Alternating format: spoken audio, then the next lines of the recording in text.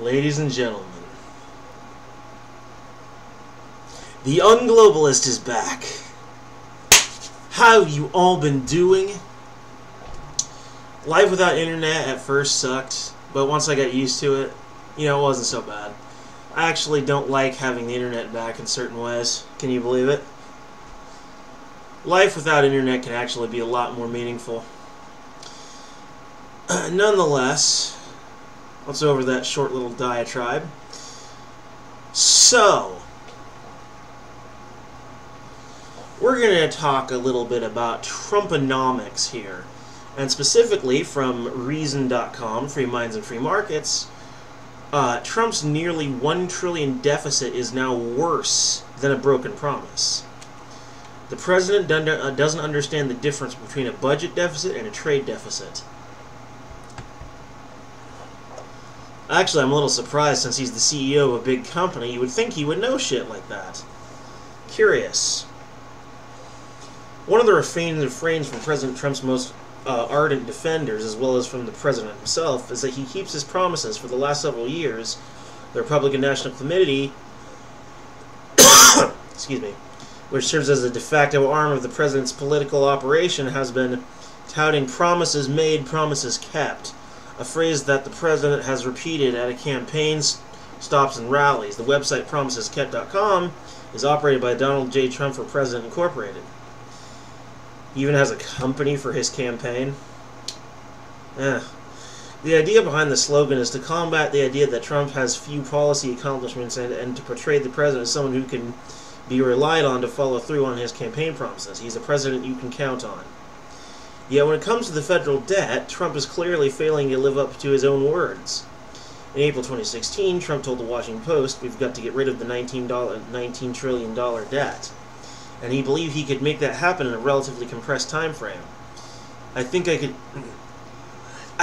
do it fairly quickly, he said. How quickly? I would say over a period of 8 years. Nearly 3 years in his presidency, however, the debt has risen to surpass $22 trillion, and in federal budget deficits, the annual gap between revenues and spending are growing ever larger, hitting levels not seen since the aftermath of the recession during President Obama's first term. According to a new estimate from the Congressional Budget Office, or CBO, the federal budget deficit for 2019 fiscal year, which ended last month, was about $984 billion.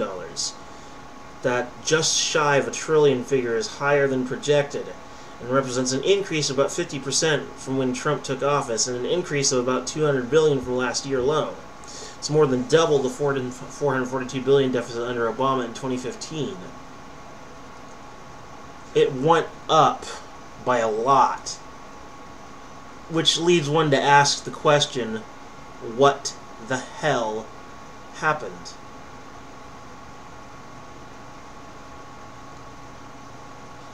Because if you look at the last two digits, that literally went up by 2. And then the first digit went up by 2 plus 1.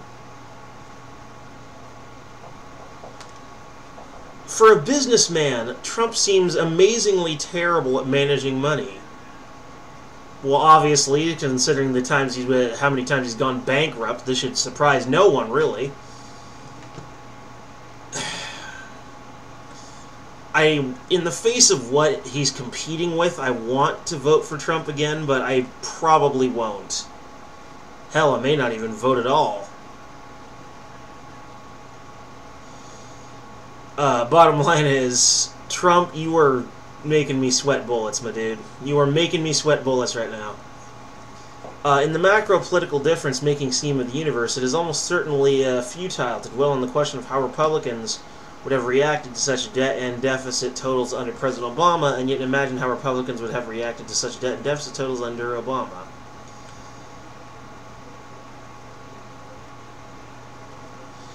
Well, the article repeated that one.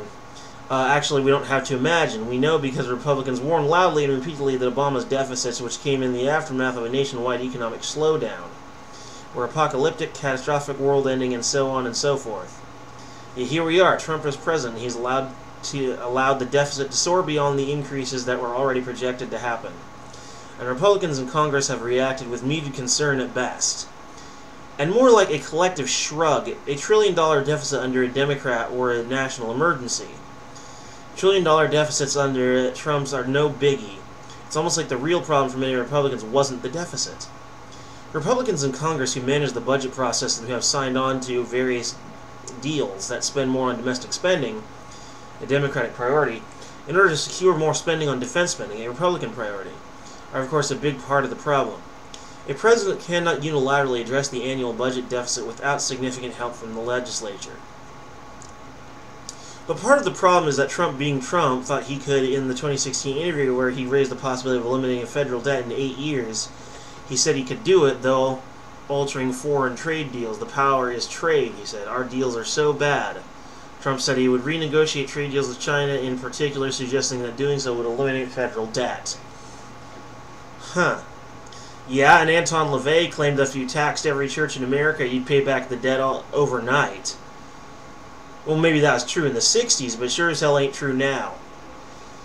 And of course, the Republicans' real problem wasn't the deficit under Obama. The problem was Obama, because he was a Democrat. This is the fruit of a two-party system. You get division. The more similar we are to each other, the more likely we're going to get along. Now, I know to some of you that sounds ridiculous, that it takes all kinds. Like, you can't just all have the same opinion. I'm not saying we need the same opinion. I'm saying that that the less we have to disagree about, the more likely we'll get along. There'll be less discord. There'll be less clashing of the egos. And it'll be much easier to have a meeting of the minds. Because the schism between the two has become so great, not in terms of ideology, but in terms of an us versus them sort of narrative. Ideologically, they're actually quite similar at this point. There are very few real centrists, and they're either super far or super close. Extremists have so much in common with other extremists, as it were. Anyway, to finish this article off, and in many ways that was the most telling part of Trump's response. He appears to have confused the foreign trade deficit with the federal budget deficit, a confusion that has stubbornly held on to throughout his time as president. In the meantime, both the budget deficit and the trade deficit have increased. Trump has failed on both measures, and as with his confusion about the budget deficit, his trade agenda has been driven by false claims and deep misconceptions about how trade works. Trump's nearly trillion-dollar deficits help reveal a deeper problem with the president, one that simple arguments about promises kept or unkept can sometimes fail to capture. It's not just that Trump can't be counted on to live up to his word, it's that Trump can't be counted on to comprehend the promises he's made. So in other words, he's made promises that he simply cannot keep. That's what I like to call putting a foot in one's mouth. That's foot in the mouth right there. That's chronic foot in the mouth. It's amazing how a businessman could possibly misunderstand money management so badly. A successful businessman who should know better than to confuse such concepts together. It's actually kind of amazing. And I would bring up again his bankruptcies, but overextenuating circumstances could play a part in that. I'm honestly dumbfounded by the amazing lack of understanding on Trump's part in the financial aspect of being president. It's actually a little shocking. I mean, but yeah, I don't even know who to vote for anymore. And I'm sure many of you good people out there are just as confused. You know what? Just vote for America. Whatever you feel is best for the country, just vote for America. Forget which party, forget who's who. Just vote for America.